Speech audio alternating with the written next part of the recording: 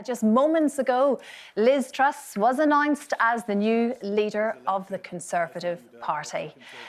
Brenda, how are you feeling about this news? I'm feeling good that she's been voted in. Obviously, we didn't have much of a say into who was being voted, but out of the two candidates, Liz was my preference. And I think that comes from when I saw them doing one of their ITV debates. And Liz was, you know, I know that a lot of people say, I'm going to deliver, I'm going to deliver, I'm going to deliver. But for some reason, when she kept saying it, I kept listening to it and I kept believing it. And I'm looking at her being from a working class background with her finger on the pulse, which I don't think a lot of the people running it have had to date. There's going to be a lot that everybody's got to contend with and she's going to have a job on her hands. Yeah. But I'm glad there's a woman in there and I'm glad, I hope that she does deliver what she's promised. Just one thing would be great. Just one. So you've slightly fallen in love with Liz. I didn't say fallen in love. That's very strong. Yeah, but you've fallen for her. I'm believing in... I'm somebody who never used to vote, remember? Let me so just say I'm one trying thing. to believe in somebody. OK. Well, I find that very touching.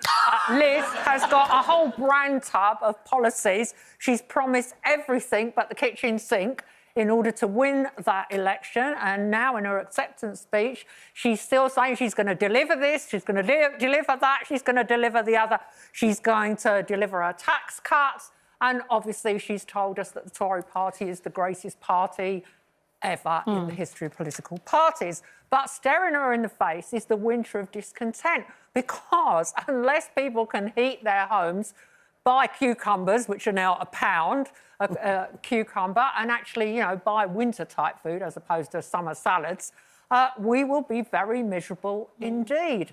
And I think I'm going to ask you in a year's time if you still support Liz Truss, because my feeling is that the wheels are going to come off the charabanc pretty quickly. Oh, ye of little faith. I'm not just being cynical old Janet, which is my role on this show. I'm just saying she can't deliver it all. She can't deliver £30 billion of tax cuts, reverse the national insurance rise, which was supposed to pay for the NHS. The NHS is, by all accounts, facing the worst crisis in the last few years. She's going to have an emergency budget. But I think a lot of the things that she's proposing benefit people who are already in work. And the more tax you earn, the more you're going to be thrilled. Sorry, the more you earn, the more tax you pay, so the more you're going to be thrilled with a tax cut.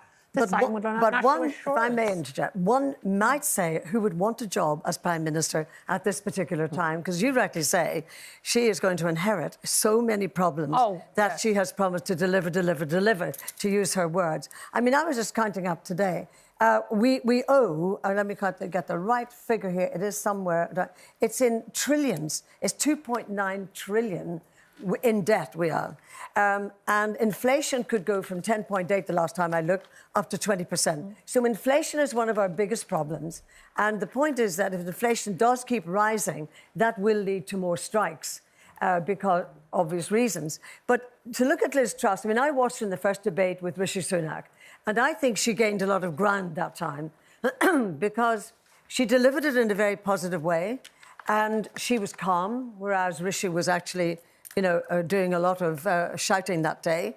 And I think that she really showed quite a good loyal side to the Conservatives, etc. And today, even when she made her speech, she was loyal still to Boris. Now, whatever you may think about Boris, at least she paid him tribute as he leaves Downing Street. And I actually thought that was actually loyal. Yeah, but at a time when the public, and we've asked the studio audience here, are so disenchanted with all political parties, to say that your party is the greatest party ever, to praise your MPs when most people in this country, their attitude towards MPs and towards the whole process of Parliament is at an all-time low. But however, Janet, all the things that you mentioned, if she delivers them, wouldn't we all like lower taxes? Wouldn't we all like VAT to be cut? Wouldn't we all like help with our energy? I think, yeah, we would, but a lot of people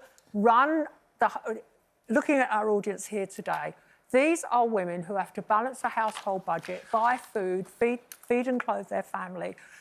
If they borrowed trillions, if they just made promises, if every time they went to the supermarket on a Friday, they went, sorry, can't pay, I'm just going to borrow the money from someone. I know, but you have to wait and see what Liz Truss does. But I think the biggest issue, and this is how I feel, I don't know how you guys feel, but I think we've felt rudderless and leaderless for a matter of weeks now. It's at a point where I actually didn't care who got it. I just wanted someone to get in to start work. I'm sick of being told, oh, well, the energy crisis is getting worse, but nothing can be done until there's a new Prime Minister. OK, well, now we've got one. So literally tomorrow, she goes to Balmoral, I guess, and will be officially Prime Minister. Start working.